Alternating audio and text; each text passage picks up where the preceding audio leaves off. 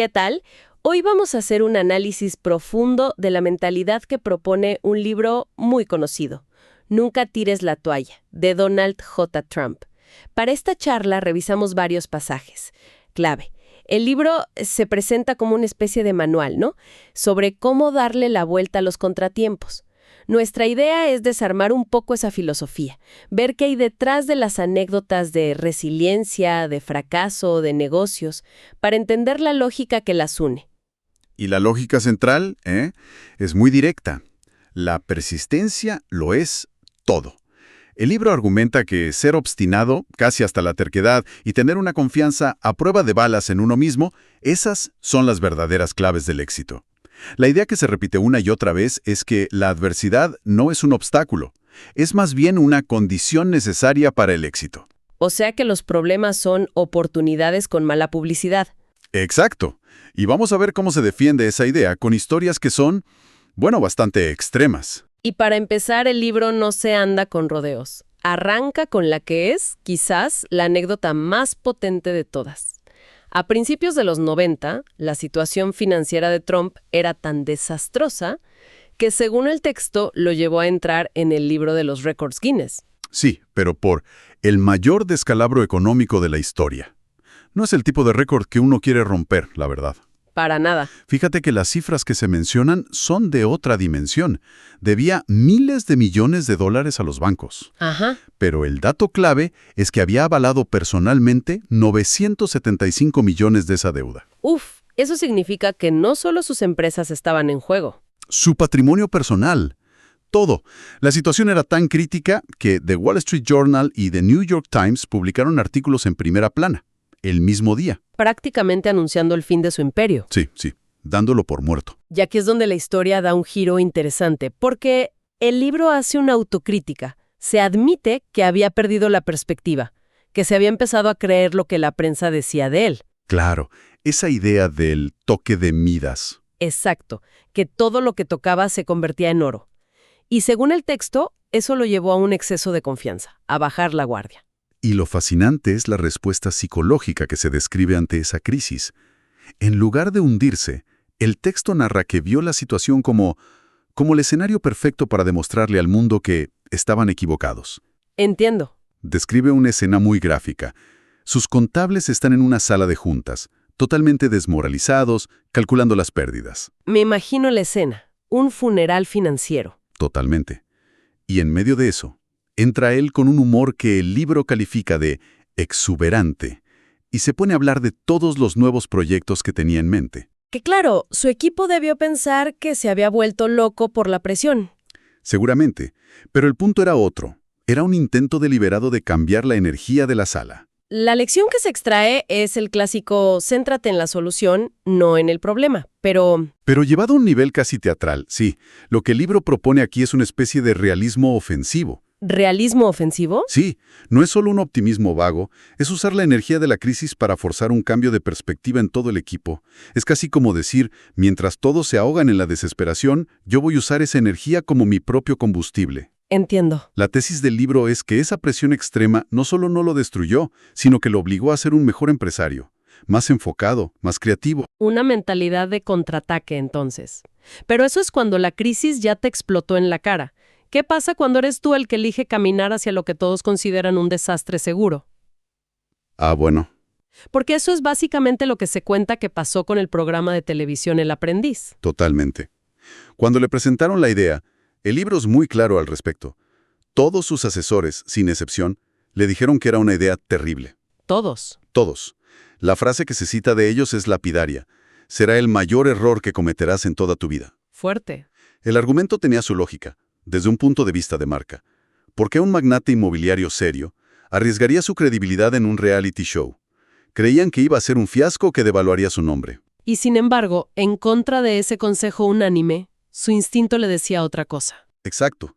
Su instinto le decía que era una buena oportunidad y decidió seguir adelante. Pero lo que me parece más revelador es que no fue una decisión fácil, no.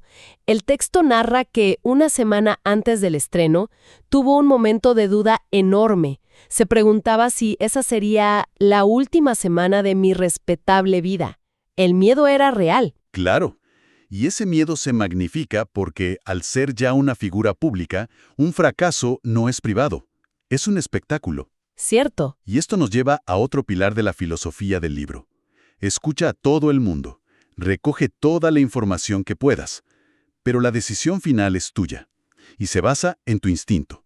Se presenta el instinto no como algo místico, sino como una herramienta de negocio tan válida como una hoja de cálculo. Una herramienta que, en este caso, dio resultados inesperados. Totalmente. Porque más allá del éxito del programa, el libro destaca un efecto colateral potentísimo. La marca Trump se volvió globalmente famosa. Eso generó una cantidad de publicidad gratuita que benefició directamente a sus proyectos inmobiliarios y a otros negocios. Fue una apuesta de alto riesgo que pagó dividendos en áreas que sus asesores ni siquiera habían considerado. Ajá. Y aquí es donde el consejo Coach Trump que ofrece el libro se vuelve más matizado. Dice, presta oídos a los demás, pero nunca niegues tu propio instinto. Sin embargo, y esto es clave, añade una advertencia muy pragmática. ¿Cuál? Cuando corres riesgos, asegúrate de tener las espaldas cubiertas. La idea es poder permitirte el lujo de fallar y tener un camino de regreso. O sea, no es solo un salto de fe ciego. No, para nada. Es un riesgo calculado. Esa confianza en el instinto es una cosa cuando se trata de una decisión de sí o no, como con un programa de TV. Pero se pone a prueba de una manera muy distinta en el caos diario de un proyecto de construcción gigante, ¿no? Donde los problemas son una avalancha constante. Justamente. El libro usa varios ejemplos de construcción para ilustrar que los contratiempos no son la excepción, son la regla del juego. Como el caso del Trump International Hotel and Tower en Chicago. Ese es un buen ejemplo. El plan original era construir el edificio más alto del mundo, pero después de los ataques del 11 de septiembre, tuvieron que reducir esas ambiciones. Y ese fue solo el primer gran ajuste. El primero de muchos. Porque la cosa no paró ahí. El texto cuenta que 3 meses antes de empezar a cavar, descubrieron una filtración masiva de agua del río Chicago en los cimientos. Imagínate. Y justo después, un problema global. El boom industrial en China disparó tanto el precio del acero que prácticamente acaparó el suministro mundial. Y de repente, su estructura diseñada en acero era inviable. Exacto. Lo irónico, y es algo que el libro subraya, es que este problema los obligó a rediseñar toda la torre para que fuera de hormigón. Y eso al final fue mejor. Pues sí. Aunque fue una decisión forzada por una crisis externa, al final les ahorró millones de dólares y simplificó la construcción. Es un ejemplo perfecto de esa idea de que un problema puede esconder una solución inesperada. O incluso una mejora. Claro, pero los problemas no siempre son técnicos o económicos. A veces son humanos. Totalmente.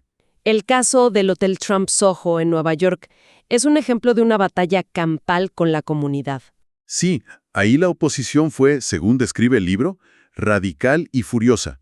Los vecinos y activistas locales lo veían como un caballo de Troya que iba a destruir el carácter del barrio. Hubo manifestaciones, campañas en los medios. Una lucha política y legal constante. Y justo en medio de esa tensión aparece un problema que parece, sacado de una película. Es que es increíble. Durante la excavación se encontraron con restos humanos. Sí, de un cementerio del siglo XIX. Obviamente, la obra se detuvo de inmediato. Y claro, esto fue un regalo para la oposición. El libro cuenta, con cierta ironía, que el director de una sociedad de preservación histórica sugirió rebautizar el proyecto. ¿A qué? Trump Condo Hotel y Mausoleo. No se puede creer. Lo que demuestra que cuando emprendes algo grande, los problemas pueden venir de cualquier parte. De la geopolítica, de la política local o literalmente, de un esqueleto en el armario. tal cual. Si conectamos todos estos casos, la filosofía de gestión que se describe es una de preparación mental y de triaje. El libro aconseja hacerse una pregunta clave ante cada nuevo problema. ¿Se trata de un incidente pasajero o de una catástrofe? Diferenciar entre algo molesto y algo que realmente amenaza el proyecto. Exacto. Es crucial para no quemarse. Ayuda a poner las cosas en perspectiva y a no dejarse paralizar por el pánico. Y la respuesta no siempre es confrontar. A veces, como se cuenta del proyecto del campo de golf en Escocia, la solución es distinta. Sí, es un buen punto. Allí se encontraron con la oposición de ecologistas preocupados por la geomorfología de las dunas. Exacto. Y en lugar de iniciar una guerra, la estrategia que se describe fue proponer una alianza. Se trabajó con los grupos ecologistas para encontrar soluciones, como estabilizar las dunas plantando juncos o crear nuevos hábitats. Se presenta como un enfoque pragmático. ¿Sí? Si el objetivo es construir, a veces el camino más rápido no es el de la confrontación directa, sino el de la negociación. Es una capacidad de absorber un golpe, reagruparse y encontrar otra vía. Entiendo. Entonces, el lema es, nunca tires la toalla, lo que sugiere una resistencia infinita. Pero, ¿es ese consejo siempre válido? El propio libro parece plantear que, bueno, a veces sí hay que tirar la toalla. Y ese matiz es quizás uno de los puntos más importantes de todo el texto. Se aborda a través de una historia que no es de éxito, la de la aerolínea Trump Shuttle, que operó de 1989 a 1992. El contraejemplo necesario. Sí, para que el mensaje principal no sea una simpleza. Se describe como una tormenta perfecta, de factores que estaban fuera de su control. Primero, heredaron una huelga de mecánicos. Justo después, estalló una recesión económica. Que hundió los viajes de negocios, su mercado principal. Y para rematar, la invasión de Kuwait por Irak, que disparó los precios del petróleo. Un golpe tras otro. La aerolínea, según el texto, nunca llegó a ser rentable. Y el final de la historia es que tuvo que ceder la propiedad a los bancos. Exacto. Y esto plantea la pregunta fundamental que el propio libro se hace. ¿Cómo sabes cuándo estás siendo perseverante y cuándo estás siendo simplemente necio? ¿Dónde está la línea? Esa es la pregunta. La línea entre luchar una buena batalla y negarse a ver la realidad. La conclusión a la que llega el libro sobre la Trump Shuttle es muy pragmática. La describe como una excelente experiencia de aprendizaje referente a en qué negocio no entrar. ¿Es esto una forma elegante de reinterpretar un fracaso o una mentalidad estratégica? Según la filosofía del libro, es lo segundo. La clave es separar el ego del resultado del negocio. Ajá. El fracaso de la aerolínea no se presenta como una derrota personal, sino como la adquisición de datos muy caros y muy valiosos para el futuro. Entiendo el punto. El mensaje final es que aunque la regla de oro es aguantar más que nadie, a veces la decisión más inteligente es retirarse, para poder luchar otro día en otro campo de batalla. Saber cuándo cortar las pérdidas es en sí mismo una forma de ganar. Justo eso. Bien, si tratamos de unir todas las piezas que hemos analizado, lo que emerge es una filosofía basada en una tenacidad casi violenta. La idea de que los problemas no son algo a evitar, sino el verdadero escenario donde se demuestra el valor de una persona o un proyecto. Totalmente. También esa confianza radical en el juicio propio, en el instinto, por encima del consejo de los expertos. Es un tema recurrente. Y a la vez, Una aproximación muy práctica a la gestión. Anticipar que habrá problemas, clasificarlos para no entrar en pánico. Ser flexible para adaptarse y, fundamentalmente, tener la frialdad para reconocer cuando un proyecto simplemente no es viable y hay que pasar página. Sí. En definitiva, es una mentalidad de acción constante, enfocada en la solución y sostenida por una autoconfianza inquebrantable. Sí, se presenta un modelo donde la convicción interna lo es todo. Mucho más importante que la validación de críticos, asesores o la opinión pública. Y esto nos deja con una pregunta final. ¿Qué es la tensión central de todo el libro? A ver. Para cualquiera que esté persiguiendo un objetivo ambicioso, ¿en qué punto exacto la tenacidad se convierte en terquedad? Y sobre todo, ¿cómo se puede distinguir con claridad entre un contratiempo que se puede superar con más esfuerzo y una señal definitiva de que es momento de cambiar de rumbo?